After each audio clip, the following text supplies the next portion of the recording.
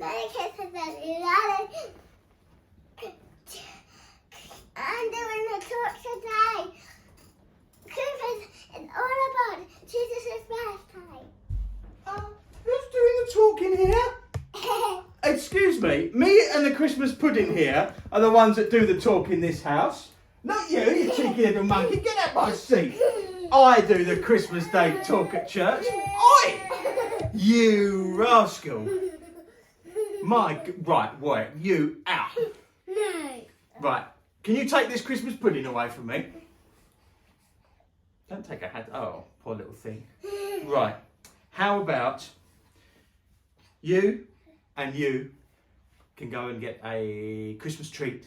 Yay! And Daddy will do the Christmas talk for church. You're going to wave to everyone, Coco. Hey, hi. Merry Christmas, everyone. Your little Christmas pudding hat's been taken off your head. That's probably a good thing. Right, should we give you to Mummy? And then Daddy can get on with talking to everyone at church. There we go. Well, Merry Christmas, everyone, from our crazy little family. Oh, there's a pitch invasion. It is that. Off you go. You enjoy your little chocolate reindeer. And I will get on with the fun job of talking to you on Christmas Day. I wonder how many of you have opened your presents yet. As I'm recording this, as you may have guessed, before Christmas Day, hence the presents unopened next to me. I suspect that by now, as you are watching and listening to this, I may have been up quite a while due to a certain excited little person. Now, of course, one of the joys of Christmas is being able to give presents as well as receive them. I want you to think for a moment about the presents that you have given this year.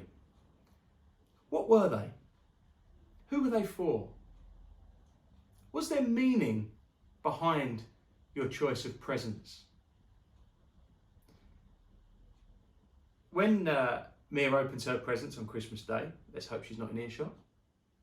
I think we're okay. We've got Mia a speaking like music box, and basically you get these little figures and you put them on top of the box, and they either tell stories or sing songs, and she can control it all herself without any help from adults. And one of the toys, one of the figures she's got with it, for example, is Anna from Frozen. If you know Frozen, then you will probably know that by now on Christmas morning we'll have probably listened to Let It Go a dozen times by the time you've even got to church. And that's one of the figures she's got. And we've got her this present because we want her to spend less time looking at screens, number one.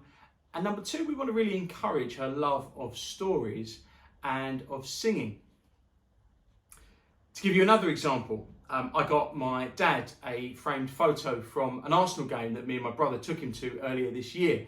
And it was his 70th birthday, and we got special seats for the game. We went to the nice restaurant in the stadium, and after the game we even met the Arsenal mascot, Gunnosaurus, who is a giant 7-foot green dinosaur. So that was kind of a Pete and Neil childhood bucket list item ticked off to meet the mascot at last. And we got our pictures taken with him and with Dad. And so we got the picture framed, and I've got the programme and the ticket mounted all together in a frame for him.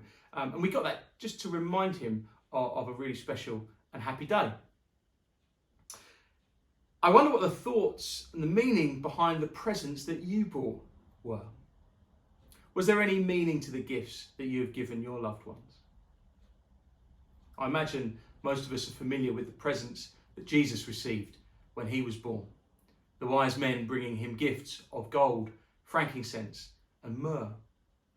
And each of them had a very special and important meaning. They were supposed to represent why this baby was so special. Gold represented a king. The Bible calls Jesus the King of Kings, one who rules over the whole world. Frankincense was a symbol of priesthood and of holiness. It was used as part of the burnt offerings that the Israelites would make to God. And if you remember those offerings, they were designed to absolve and purify God's people from their sins. And so this gift to Jesus was given because he is also called in the Bible the high priest. He is one who will have the power to absolve and purify people from their sins. He is able to intercede on our behalf as a priest would do between us and God. And finally, the gift of myrrh, a fragrant perfume that was used to embalm people after they had died.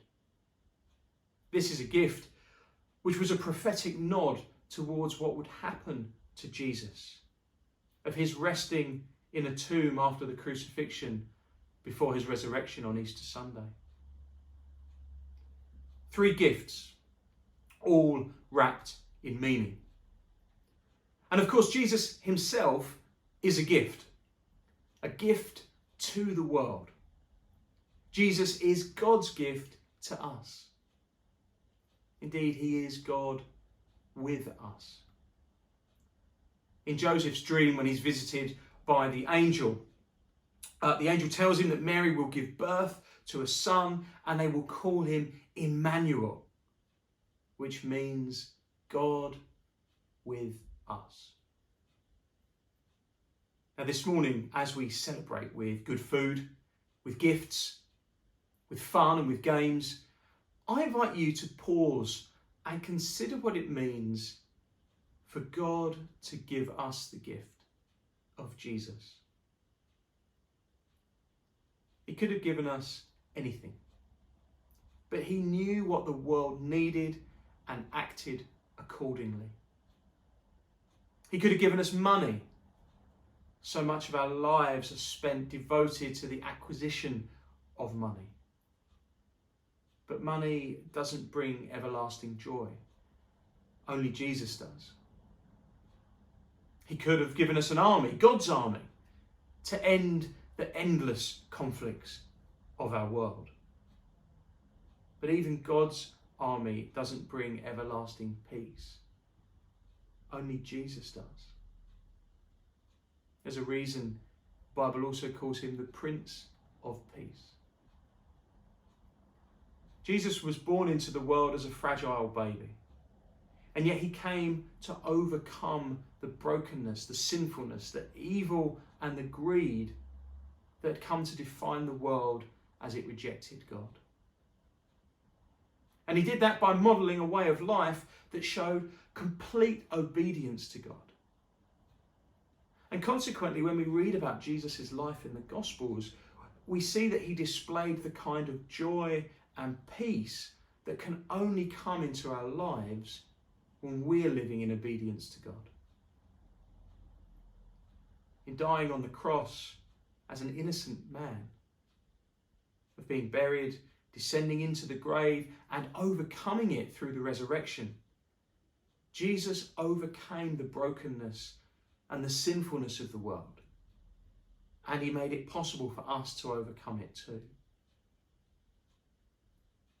The gift of Jesus, Emmanuel, God with us, is exactly what we needed then and is exactly what we need now. As we celebrate that today, may our celebrations include a thankfulness for God's gift to you and to me. And as we receive gifts, may we also receive the gift of Jesus in our hearts and all that that means for our lives. On behalf of all my family, I wish you a very Merry Christmas, and may God bless you with his gift of Jesus and with his joy and his peace. Amen.